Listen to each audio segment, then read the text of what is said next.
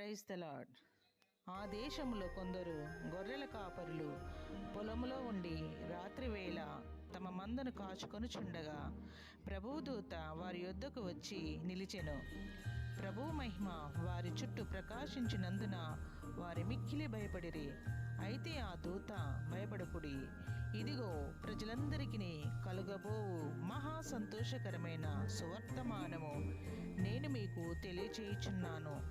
దావీదు పట్టణమందు నేడు రక్షకుడు మీ కొరకు పుట్టియున్నాడు. ఈయన ప్రభు అయిన క్రీస్తు. దానికిదే మీ కానవాలు.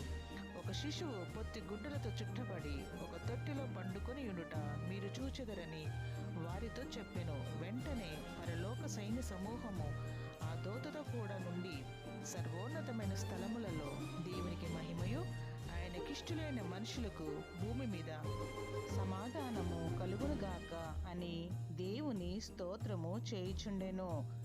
లూకా సువార్త 2వ అధ్యాయము 8వ వచనం నుండి 14వ వచనం వరకు. Praise the lord. అందరికీ క్రిస్మస్ మరియు నూతన సంవత్సర శుభాకాంక్షలు.